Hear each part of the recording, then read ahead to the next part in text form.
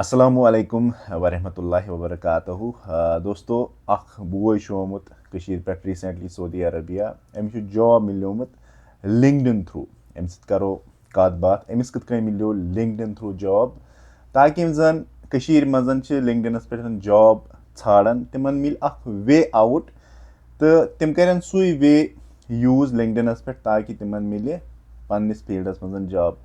अस्सलाम वालेकुम उमर साहब। अस्सलाम वालेकुम वरहमतुल्लाह। हम उर्दू में बात करेंगे या बिल्कुल कश्मीरी में? उर्दू से ज़्यादा सही रहेगा। अच्छा, उमर भाई आप हमें बता दीजिए आपको कैसे जॉब मिला है लिंक्डइन पे और कौन से एफर्ट्स की आपने लिंक्डइन में फिर आपको यहाँ पे जॉब मिला है। पहली बात, लिंक्डइन पे मेरी जॉब मिली है थ्रू ऑप्टिमाइज्ड प्रोफाइल। मेरे पास प्रीमियम अकाउंट था लिंक्डइन का एंड मैं चेक करता रहता किसी मेरे फील्ड में, मोस्टली अपनी फील्ड में जॉब मिलने की।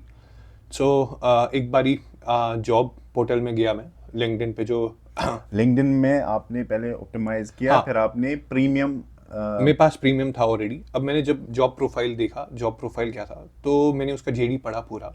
उसके बाद मेरे पास प्रीमियम अकाउंट। नहीं, जब आपने लिंक्डइन पे जॉब ढूंढना स्टार्ट किया आप अभी सऊदी अरबिया में एज क्या काम कर रहे एज बिजनेस एनालिस्ट हूँ। Business analyst? हाँ जी, क्या हाँ जी। कंपनी ने वो अपने जो उनका पोर्टल है कंपनी का उन्होंने ऐड किया था या आपने सर्चिंग की? नहीं नहीं, सर्चिंग सर्चिंग सर्चिंग की हाँ जी, आपने आपने सर्चिंग की, कंपनी को ढूंढा। एक्चुअली लिंक्डइन पे अलर्ट भी आता है, जॉब अलर्ट। ठीक है, उस पे आप अपना जो भी आप में इंटरेस्ट होगा, कोई बिजनेस एनालिस्ट है, कोई डेटा एनालिस्ट है, कोई डेटा साइंटिस्ट है, अपनी अलर्ट्स लगाता है कि इस वाले फील्ड में है या मुझे ऐसे जॉब चाहिए। सो वैसे ही मैंने अलर्ट लगाया था, तो मेरे पास नोटिफिकेशन आई कि XYZ कंपनी इज हायरिंग। ठीक है, तो मैंने इस पे कर दिया, यानी अप्लाई कर दिया। पहले मैंने आपने उसी जेडी पढ़ लिया, उसके बाद मैंने अपना जो लिंक्डइन प्रोफाइल है वो ऑप्टिमाइज कर दिया। मेरे पास प्रीमियम अकाउंट था, नॉर्मल लिंक्डइन अकाउंट नहीं था, प्रीमियम अकाउंट था। तो मैंने ऑप्टिमाइज करके अप्लाई कर दिया एंड जब मैंने अप्लाई कर दिया, आफ्टर नेक्स्ट डे मेरे पास कॉल आता है कि आर यू अवेलेबल फॉर। आपने ये जो अप्लाई किया था ना इस कंपनी में, आप पहली बार किसी कंपनी के लिए अप्लाई कर रहे थे या इससे पहले भी आपने अप्लाई किया था दूसरी नहीं नहीं, कंपनी आई पे? Applied for the first time. मैं तो ऑलरेडी जॉब कर रहा था इंडिया में with a very good company, fintech company थी, बॉम्बे बेस्ड कंपनी थी, अच्छी कंपनी में जॉब कर रहा था मैं। So I applied for the first time. काफ़ी लोग, मतलब आपके वीडियोस भी देखे थे कि काफ़ी लोग बोले आप थे हमारी वीडियो देखते हैं। लिंक्डइन पे जॉब नहीं मिलती है एंड ऑल्सो आई अप्लाइड, मतलब वेरी फर्स्ट टाइम, पहली ट्राई थी मेरी। तो मैंने अप्लाई कर दिया। जो ही मैंने अप्लाई कर दिया, next day I got a call, are you available for in short interview. And मैंने इंटरव्यू किया, एक राउंड हो गया, टेक्निकल राउंड हो गया एंड 2 days में I got my offer. And जब टेक्निकल राउंड हो गया, after 1 hour I got an email that you have been selected, this is the offer, if you accept the offer kindly share the email.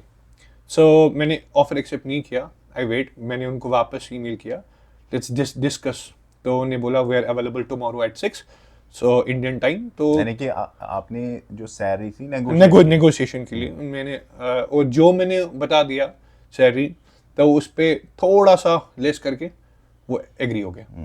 हाँ जी, यानी कि पहले कम दी थी, बाद में डिस्कशंस हुए हाँ तो हाँ हाँ, फिर मतलब सेट हो नेगोशिएशन, गए। हाँ सेट हो गया वो। हाँ, जो फिर मैंने अपना सेट रखा था उसका थोड़ा थोड़ा सा ही डिफरेंस, 1,000 अराउंड कुछ, तो लेकिन सेट हो गया फिर पूरा। They agreed for the offer and after that on a very next day they send me everything, contract, chamber contract, visa also, and I send in my all attested documents and everything, mashallah, everything.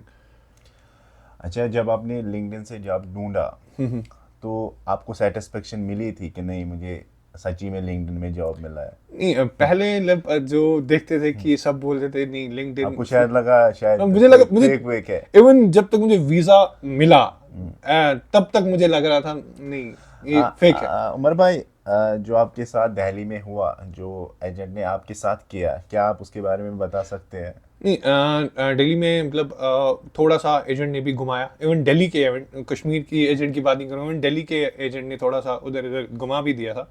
But अल्हम्दुलिल्लाह वो क्या कह रहे थे setting में वो बोल रहे थे कि वीजा आपका लगा दूंगा? कितना मांग रहे थे? तब वो बोल रहे थे, मतलब पैसे की बात नहीं हुई थी तब, लेकिन बोल रहे थे सेटिंग में लगा देंगे, जितना बोलेंगे आगे उतना आपको देना पड़ेगा। बट द थिंग इज, मैं आई हैव माशाल्लाह, I have a very good contacts in Delhi, even in embassy as well. So फिर अल्हम्दुलिल्लाह उनकी कॉन्टेक्ट्स की ही वजह से वो सब फाइनलाइज हुआ। इवन आपको भी कॉल किया था, इफ़ यू रिमेंबर, आपको भी कॉल बिल्कुल। किया था फॉर क्वालिफिकेशन वेरिफिकेशन प्रोग्राम, जो भी वो अपनी डिग्री अटेस्टेशन, उस सब के लिए भी मैंने आपको कॉल किया था। एंड अल्हम्दुलिल्लाह एवरीथिंग गॉट गुड। जब उमर भाई आपने जब इस पोस्ट के लिए अप्लाई किया था, आपकी कोई एक्सपीरियंस थी yes. बिजनेस एनालिसिस में? हाँ जी, हाँ जी। मैं बेसिकली मैं काम कर रहा था एक फिनटेक कंपनी में, मुंबई बेस्ड ऑर्गेनाइजेशन है, उसमें मैं काम कर रहा था। मेरे 2 साल का एक्सपीरियंस था, but side I was doing MBA also from Sharda University Greater Noida. I have done my bachelors in computer science and engineering with specialization in artificial intelligence and machine learning. After that I done my MBA also in business analysis and marketing both. जो मतलब Saudi अरब business analysis में आना चाहते हैं, क्या आप बता सकते हैं हमें कि कौन सी प्रोसेस रहती है, कौन सी क्वालिफिकेशन होनी चाहिए उसके लिए, और मिनिमम कितनी साल की एक्सपीरियंस होनी चाहिए अगर वो सऊदी अरब बिजनेस एनालिसिस में जॉब करने के लिए आना बिजनेस चाहते हैं? एनालिस्ट की जॉब की अगर हम बात करेंगे, या तो BTech computer science, data science and business analytics are a bit similar. या अगर बिजनेस एनालिसिस में कोई जनरल मतलब जिसने बैचलर्स डिग्री नॉर्मल आर्ट्स में, क्या वो कर सकता है? क्योंकि नहीं नहीं, आर्ट्स वाले बिजनेस एनालिस्ट में नहीं, क्योंकि इसमें बिजनेस एनालिस्ट में काफ़ी आपको लैंग्वेज यूज होती है, वेदर कोडिंग होती है, डेवलपमेंट होती है, whether it's in Python, SQL. क्योंकि मतलब जो यहाँ इसमें कंपलसरी बीटेक या बीटेक एमटेक? या नो एमटेक में MS MBA business analytics with MSc IT वाले कर सकते हैं इसके लिए MSc apply? IT is a different field, analytics is different field। अगर अगर लेकिन हाँ, IT वाले भी अगर जिनकी स्किल्स अच्छी होंगी, चाहे वो SQL हो, पावर BI, पाइथन, टेब्ल्यू, वो सब सॉफ्टवेयर जिनको आते होंगे वो भी आ सकते हैं। But the thing is, main यहाँ पे स्किल्स होनी चाहिए। Without skills you can not. Without, अगर आप यहाँ से आएंगे आपने खाली यानी कि MBA जो क्वालिफिकेशन है या बीटेक या एमबीए, या MBA with specialization, not normal MBA, कोई एमबीए के भी Specialization in in which business field? Business analytics. Business analytics. हाँ, अब बीटेक, जो बीटेक वाला बीटेक कंप्यूटर साइंस होता है, बीटेक उन्होंने बीटेक नॉर्मल या BTech BTech computer science, BTech computer computer science वाला जो बंदा होता है उसको पाइथन आता है, उसको एसक्यूएल आता है। एंड बीटेक कंप्यूटर साइंस वाले बंदे के लिए इजी हो जाता है फिर बाकी टेब्ल्यू पावर बीआई चलाना, उसके लिए काफी इजी रहता है, क्योंकि उसने डेवलपमेंट किया होता है आगे। पाइथन एक्सपीरियंस कितनी होनी चाहिए? एक्सपीरियंस मिनिमम 2 years होना चाहिए। And fresher can apply if if he or she has a very good skills and a very quick learner।